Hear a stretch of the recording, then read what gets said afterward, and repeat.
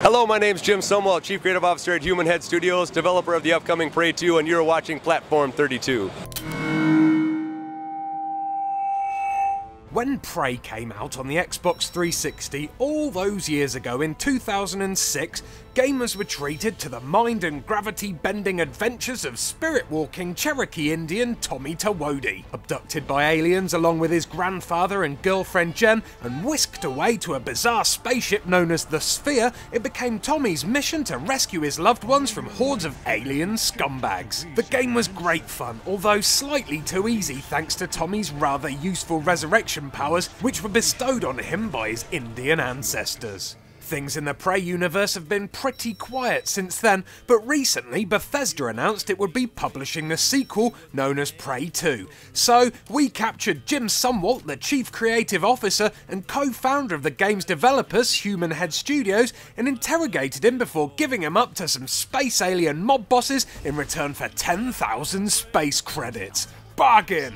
Now tell us about Prey 2, Jim. Prey 2 is a sequel, of course, to Prey 1. Prey 1 told the story of Tommy, a Native American who was sucked onto an alien ship that's called the Sphere. Prey 2 tells the story of a U.S. Marshal by the name of Killian Samuels. He's on an airplane, and his airplane gets sucked onto that very same sphere. And if you played Prey 1, Tommy actually witnesses that abduction. He fights for a little while on the sphere, trying to get off, just like Tommy. Halfway through the process, he gets biffed in the head, knocked out cold, and he's abducted by these slaver aliens. Later, he wakes up on a distant planet known as Exodus. He has no recollection of how the hell he got there, only just what happened on the sphere there. But evidently, people know him, and he's become a bit of a name as a bounty hunter. He's got a bunch of friends, he's got a ton of enemies. He thinks he's the only human on Exodus. That is until later when he runs into Tommy. So basically, this time around, it's more about being a predator. You know, both titles explored the predator-prey relationship. This time around, it's you being the predator. You hunt down criminal aliens as a bounty hunter in really cool open-world environments. It's pretty cool. You mentioned Tommy there, so I take it this means you're not rewriting or rebooting the franchise, and that this new installment will take place in the same universe as Tommy's. Could you explain to us how you're tying the two games together? So in Prey 1, Tommy at the end, to save the world, he took the alien ship and he basically flew it into the sun. And he basically destroyed the entire backdrop of Prey 1. So we had a new opportunity, right? And we knew right away, it's like, you know, let's expand on the franchise. Let's broaden the universe so that we can tell more stories.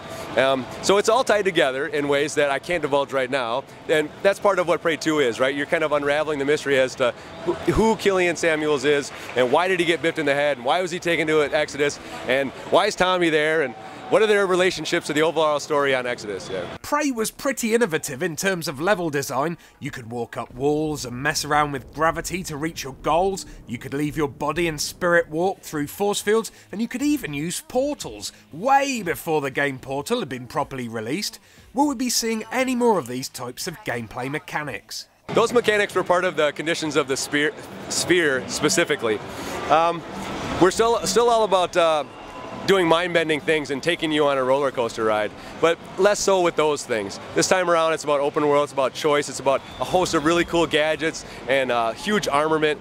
Your ability to, what we call agile combat, your ability to scale walls, jump over obstacles, vault. The whole time you're able to fire.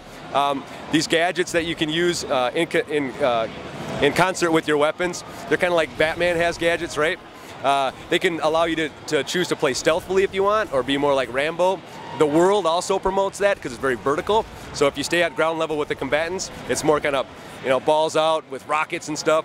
But if you choose to, you can kind of climb up and get the jump on them and surprise them. More of a stealthy kind of thing. Okay, so there is a definite change in gameplay style, which seems to have shifted from problem-solving, gravity-defying gameplay to action-packed parkour-style bounty hunting. Can't say that's too much of a problem, judging from this footage though.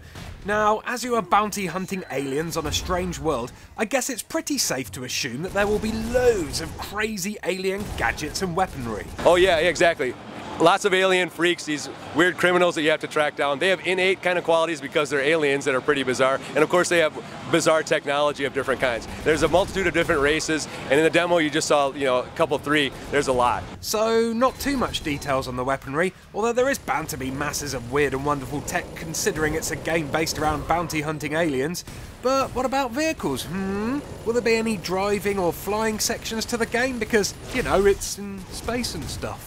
No vehicles this time around that I can speak to. Oh, so maybe there is something. We'll just have to wait and see, I guess. But what about multiplayer? Can we expect to see co-op bounty hunting or alien v human death matches? This time around there's no multiplayer. When we hooked up with Bethesda, they're kind of the masters of immersive single player experience with lots of replayability. So when we hooked up with them, they asked us what kind of game you want to make, and we said we'd like to try the open world experience, and they fully supported that, of course. And I think that gamers want high execution, whether it's multiplayer or single player, and this time around it's going to be single player. Well, that is fine by me, Jim. I would much rather have an uber-polished single-player experience and no multiplayer over a lesser one with a shoehorned multiplayer included just to tick boxes. Bioshock 2. So, how long can we expect the single-player campaign to keep us glued to our HD TVs? The single player, if you just go, or the playthrough, if you just go along the narrative line, we're looking at about 15 plus hours. If you take on the side missions and do a lot more exploring and that kind of stuff, we're looking at about 20 plus. And finally, when's it out and who will be able to play it? It's coming out 2012 and it's a simultaneous release. It's on PS3, Xbox 360 and the PC. Thanks, Jim. It was great to speak to you. Prey 2 wasn't really on my must-see list when Platform32 went to E3, but after witnessing the E3 demo, footage of which you've been watching in this feature, the game is definitely well on my radar, and I'm sure that there are many people just like me who are itching to play the game when it comes out next year. Now come on Jim, don't struggle, I've got space credits to collect. Come on, move it. Target identified.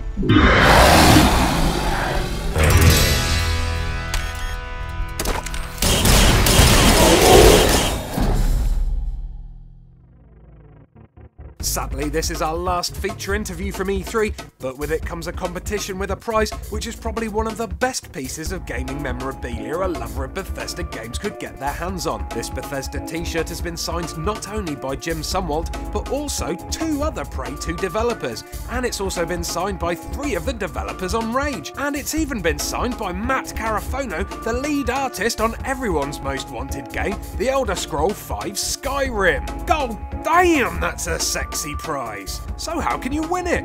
Well, we've got just one to give away, and all you need to do is tell me, what is the name of the US Marshal who you play as in Prey 2?